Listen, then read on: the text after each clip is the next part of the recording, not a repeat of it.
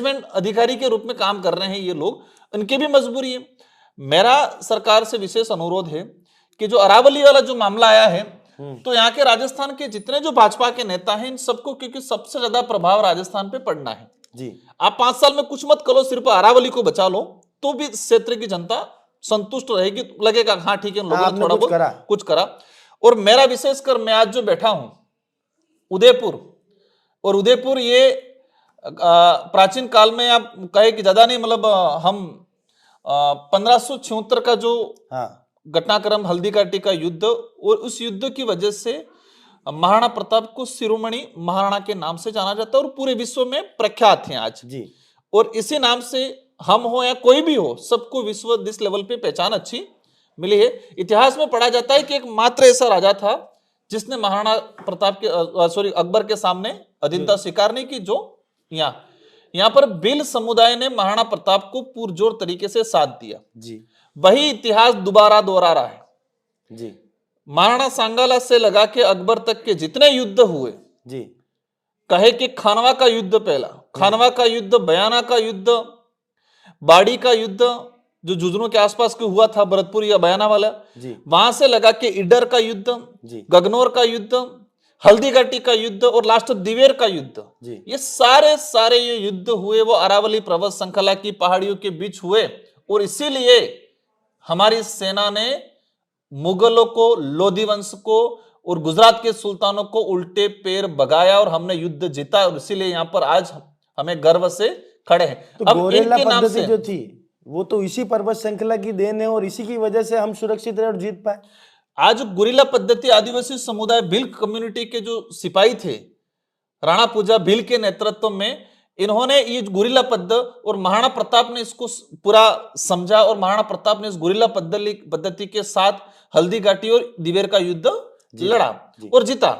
अब इसमें जो चीज है, आज महाराणा प्रताप के नाम से कई सेनाएं बनी, सत्य सेना हो, करणी सेना हो, कई हो जी। मैं इनसे सवाल करना चाहूंगा कि आप सिर्फ महाराणा प्रताप का नाम देके राजनीतिक रोटियां सेकना चाह रहे हो? आप आज आपके पास ऑप्शन है जी, आज आप उस जगह खड़े हो और उस इतिहास को दोहराओ, वर्तमान घटना को दोहराओ कि जो हमारे अस्तित्व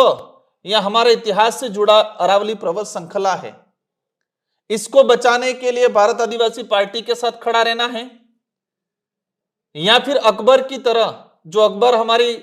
अस्मिता, हमारी जमीन लूटने के लिए आ रहा था, तो उस समय मान सिंह और मान सिंह के साथ शक्ति सिंह और जगमाल चले गए थे जी। तो वर्तमान जो सेनाएं बनी हुई हैं, क्या आप अकबर की, महाराणा प्रताप के समय अकबर के साथ जो खड़े रह गए थे, उस तरह आज भाजपा के साथ जाके खड़ा रहना है, जो आज भाजपा अरावली पर्वत श्रृंखला को खत्म कर रही है, या फिर अरावली पर्वत श्रृंखला की लड़ाई जो आज भारत आदिवासी पार्टी लड़ रही है, जिस तरह हल्दी घाटी के युद्ध में यहाँ के भीलों ने पुरजोर तरीके से साथ दिया था और हमारे अस्तित्व, हमारा जल जंगल जमीन को बचाने का काम किया था, हमारी धरोहर को बचाने का काम किया था, उसी तरह आज भारत आदिवासी पार्टी अरावली पर्वत श्रृंखला को लड़ रही है। तो आपको तय करना है किसके साथ खड़ा रहना है जी।